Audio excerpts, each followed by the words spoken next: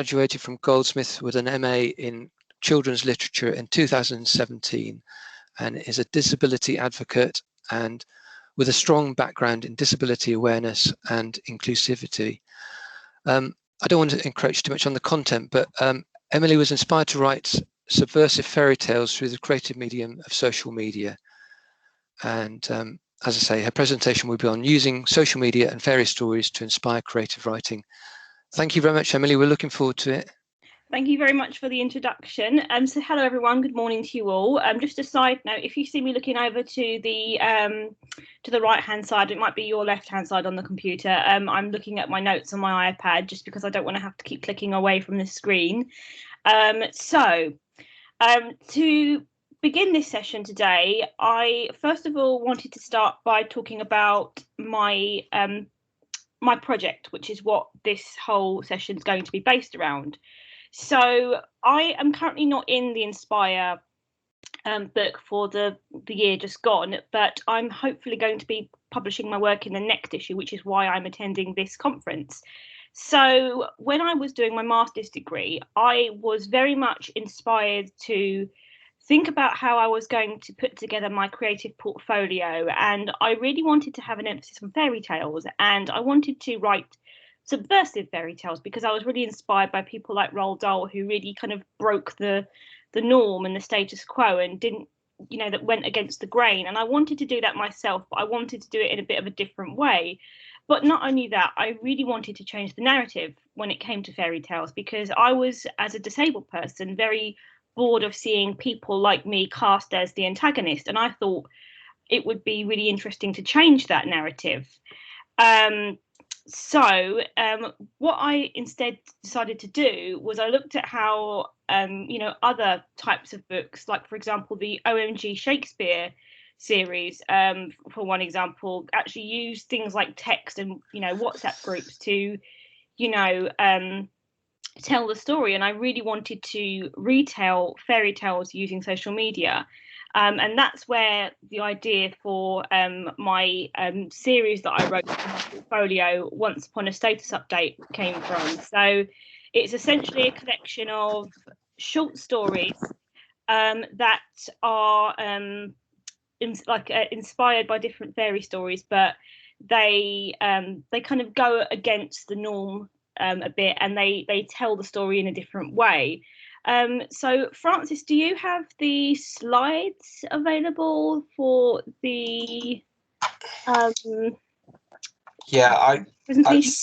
Sadly, I've realized that the PowerPoint is it's Keynote, and I'm on a PC. I really apologize about that. No, that's okay. Let me see if I can share it instead. 1 second. Let me have a go. Never done shared screen before. Let me go to the arrow. Oh yeah, open share tray. Give me a second. Yep.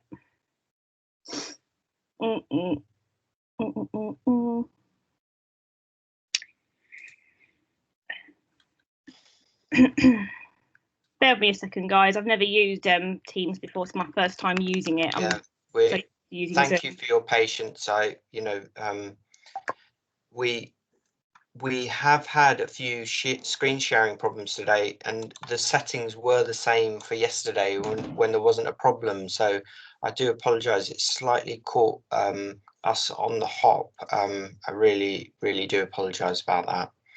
Okay, so let me get this up. And let me see, is it showing you what's on the screen? Yes, it is. I can see it clearly now. Yeah.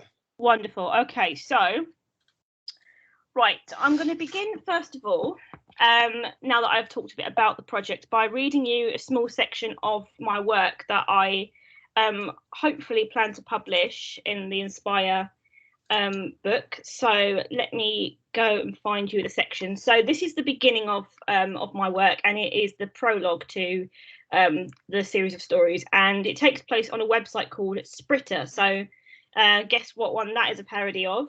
So we begin. Trending at number 1, hashtag true fairy tales. The folk of Everville share their true stories behind their tales. At Little Red Cane. So you think you know everything about that there is to know about fairy tales. Hashtag true fairy tales. At the Shoe Princess. You think things are always as they seem. Hashtag true fairy tales. At Moon Howler. You think that the bad guys can't become the good guys. Hashtag true fairy tales. At Little Red Cane. You think the girls can't be the heroes of their own stories. Hashtag true fairy tales. At the Grandma. Do you think that if we're old, we're past being awesome? Hashtag true fairy tales. At Gold Spinner. Or that if we're different, it means that we're evil. Hashtag true fairy tales. At the Small Princess. Or if we're small, we're also helpless. Hashtag true fairy tales. At the Frog Prince. Perhaps you should think again. Hashtag true fairy tales.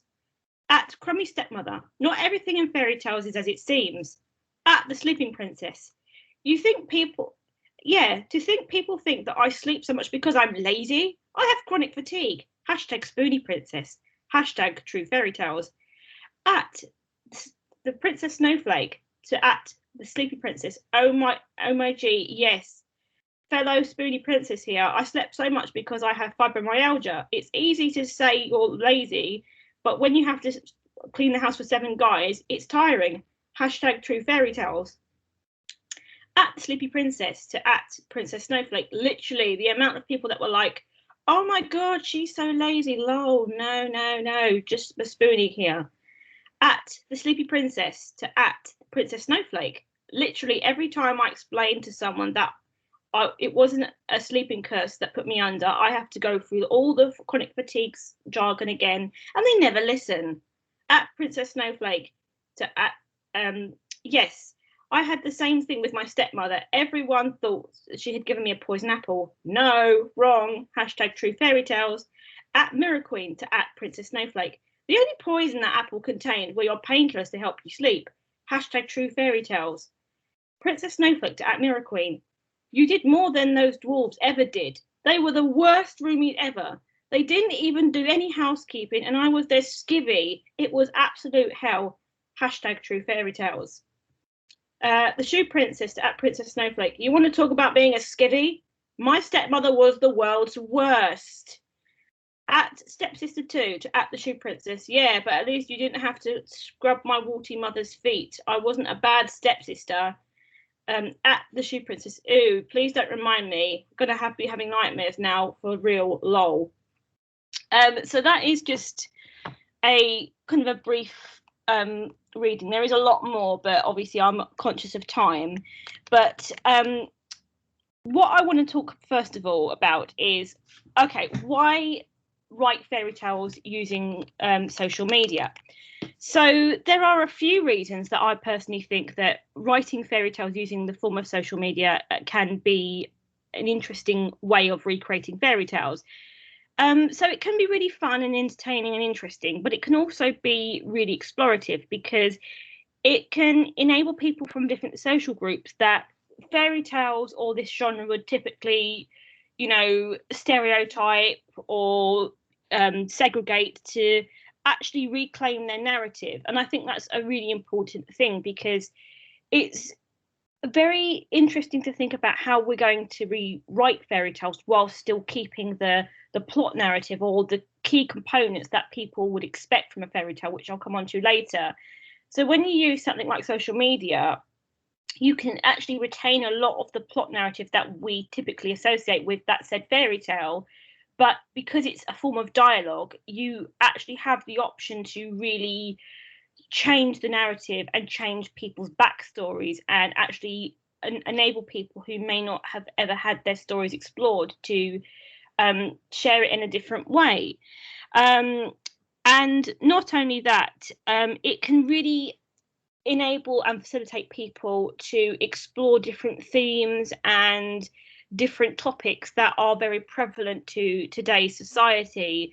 So whether we're talking about a particular life event that's happening or a particular topic of conversation that's happening right now, whether it's politics, whether it's a matter to do with equality, whether it's something to do with, environmental or world concerns, actually using the framework of fairy tales, which usually has a lot of, critical components laid out for you. And by that, I mean that there's usually parallels between fairy tales and our modern day world that you can find, that you can use to structure your narrative or your critique for, you know, what's going on in today's society. And it can really be a creative way of actually being a way to facilitate conversations that may be otherwise a bit more difficult to have, because not every conversation that concerns something that happens within our lives is easy to have. But when you use something like, you know, fairy tales, and you structure it around social media, and, you know, you speak through a different character that might have similar experiences to yourself, it can actually really enable you to get the conversation moving. So what can social media be used for? Specifically, I'm talking about when we're rewriting, you know, a fairy tale, or indeed any kind of, you know, work of fiction or story that we would know. So one way is changing the narrative, like I've already said. So obviously characters who maybe have had a singular kind of narrative that has been very kind of like narrator based, and it's always gone very in one linear direction, it can help to actually change the narrative when it comes to characters in fairy tales. You know, we hear this term, the other, in fairy tales. So characters who may be different to your standard kind of heroine character. And using social media can actually push forward to enable us to change that narrative.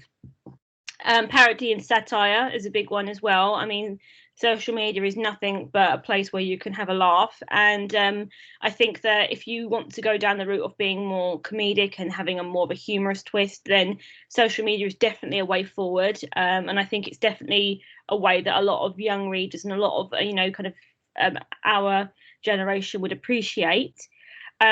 Critique as well. So again, if there's a fairy tale that has themes that relate to today's society, you know, whether it's to do with the way that women are treated, or the way that older people are treated, or something that doesn't sit right with you as a reader, then this can be a great way of critiquing that, and actually also translating into, you know, modern day narrative.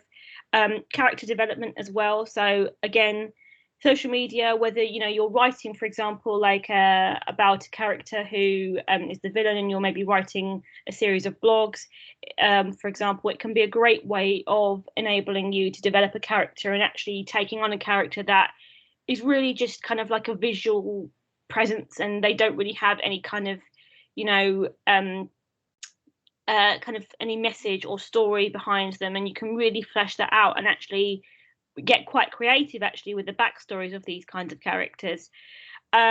Exploring themes. So like I've said, themes in fairy tales always come up, and there's always themes to do with kind of like how people are treated, you know, social kind of structures, you know, wealth divides, that kind of thing. And it can be a really interesting way to critique them, that translate again into, you know, to our society and what's happening now.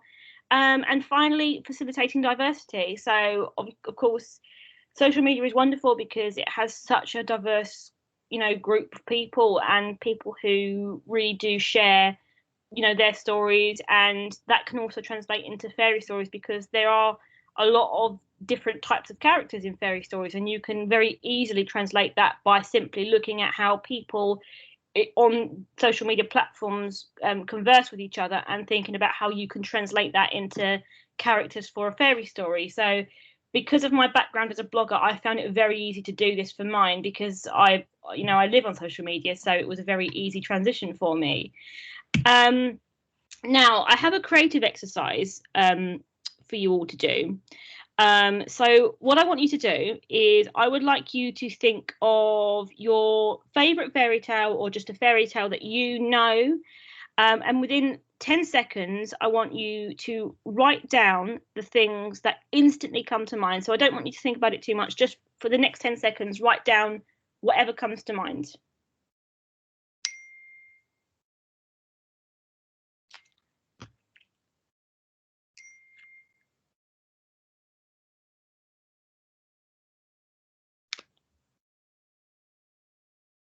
Right, okay, so keep writing if you're not finished, but so here's some questions I wanted to point out. So what were the words you wrote down? What did these words represent? Did they present themselves visually in your mind? So did you think about them very visually? Now think about how you might weave them into a modern day retelling. how might these things help you? So how might these words that you've picked help you to pinpoint your story? Think, sorry, I'm getting notifications on my phone. I do apologise. Think of your list of words as road marks. Think about how the protagonist or the antagonist or whoever character you're talking about reaches them, because it doesn't matter how, as long as you use these words to, to pinpoint your roadmap.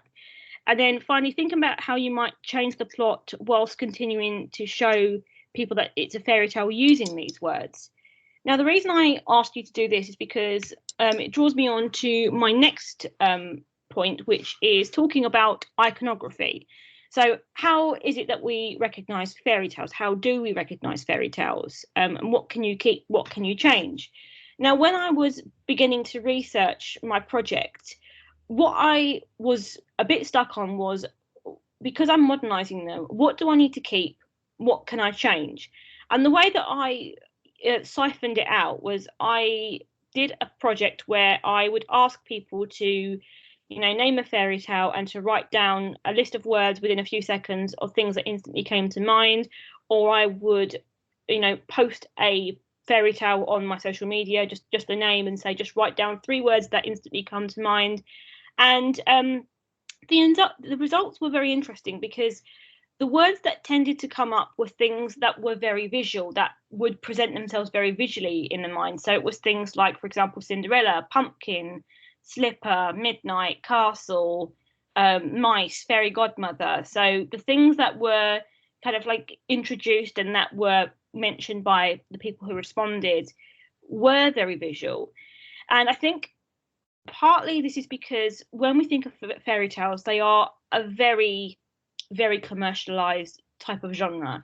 They are such a prevalent part of, childhood development, and, even just, our narrative as adults. Fairy tales are always a part of our narrative, and they're very much embedded into a lot of what we do and how we think about, what we want out of life, and, fairy tale endings, and wanting, to have this perfect kind of life. But also, I think when we think about how they're marketed and, how much of, merchandise there is out there for children that is to do with fairy tales. So because of that, I think that this is a genre that is very visual.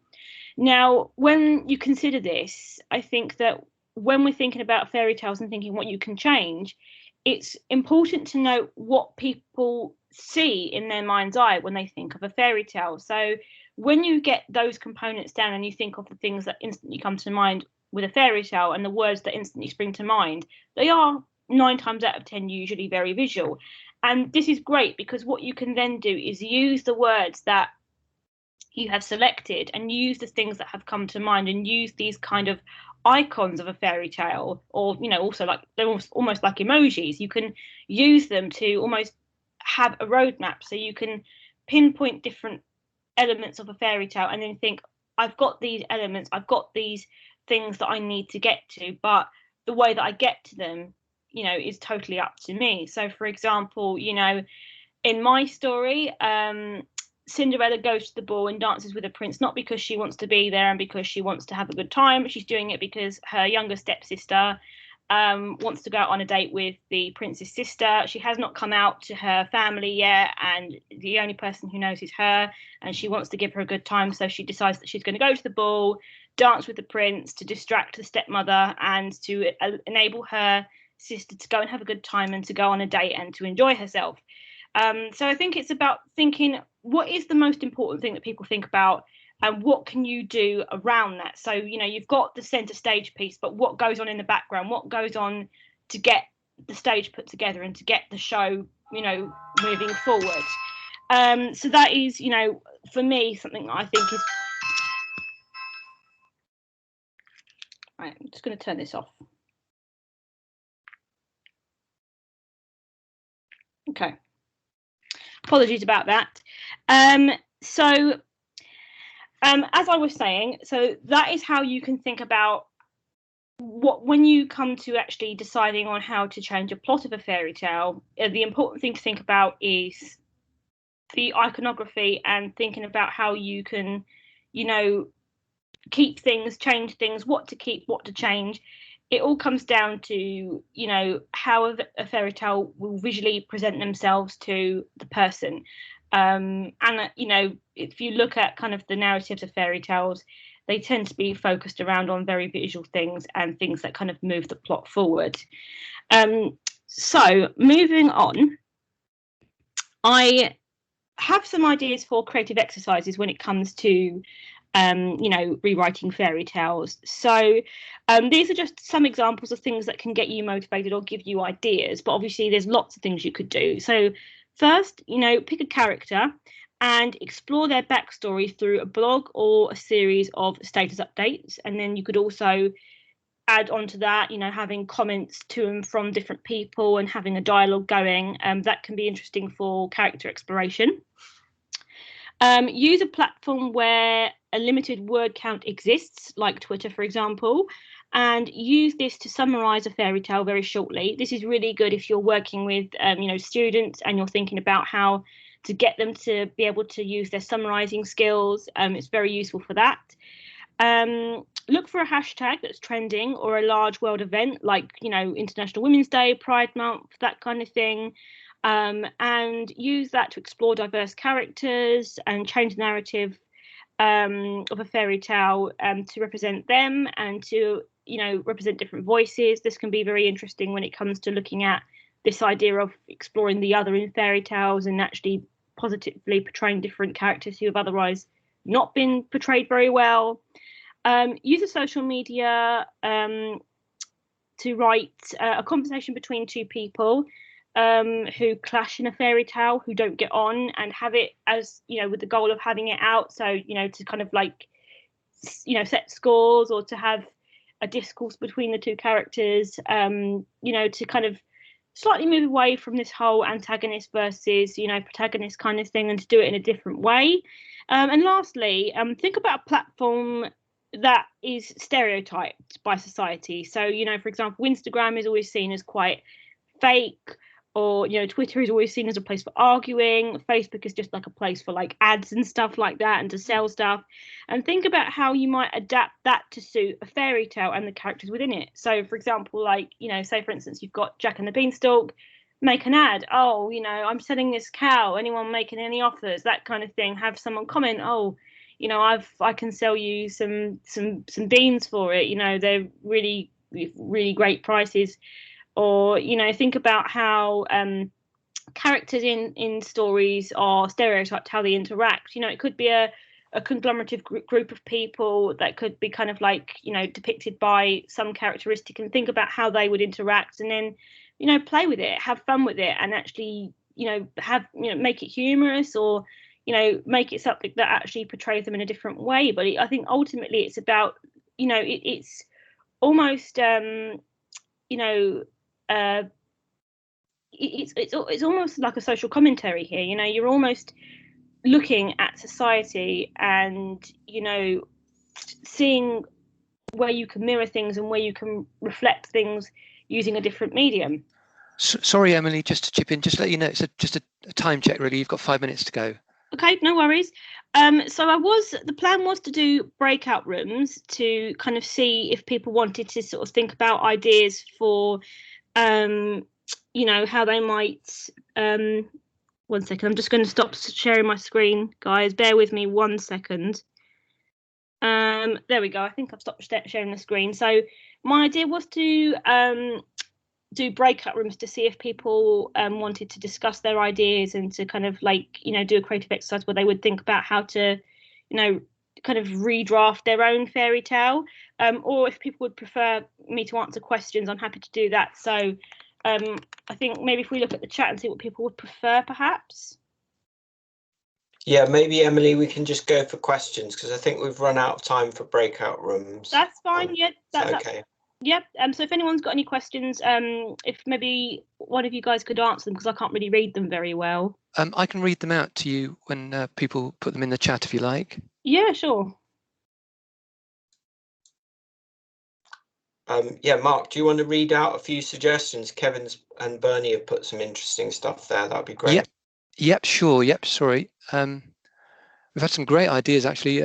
Kevin says, reflecting on how the trend of skins in online games could be a form of fairy tale generation, creating a fairy tale version of self, virtual glass slipper, etc. That sounds really good. That does actually sound really good.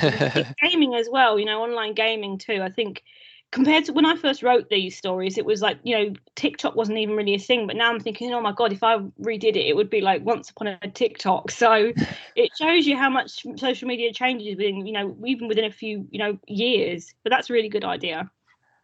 Bernie says, having a bit of an idea about Rapunzel right now. Thanks. Steamrollering with elements and outcomes. Yeah, Rapunzel is always a really interesting one to do, because I think, if you look at the original tale, the fact that the prince becomes disabled, and thinking about this idea of kind of like, emotional abuse, and kind of like this idea of control, and sort of power play as well. So that would be quite an interesting one to redraft, I think. Definitely. Sorry, things are moving around. Right, another sort of virtual one from Kevin. Cinderella goes to the fortnight ball wearing her skins. Or did I read that one? Prince Charming goes looking for the girl behind the avatar. Nice. Kevin says again, it's been suggested that online gaming is more of a social media platform, a place to hang out virtually. And he says, once upon a TikTok like that. I don't know how I'd write that, to be honest. I don't think it's really easy to write TikToks, but I made a lot of other social media platforms work, so you never know. And he also adds this idea of main character energy, and he's left a link. Okay. For everybody. But yes, so I think if there's no questions or no other suggestions from people. So there's one more comment, that we are all the main character of our own story on SM. SM, is that? That's from Kevin. SM, is that a platform? Because it makes me think of MSN.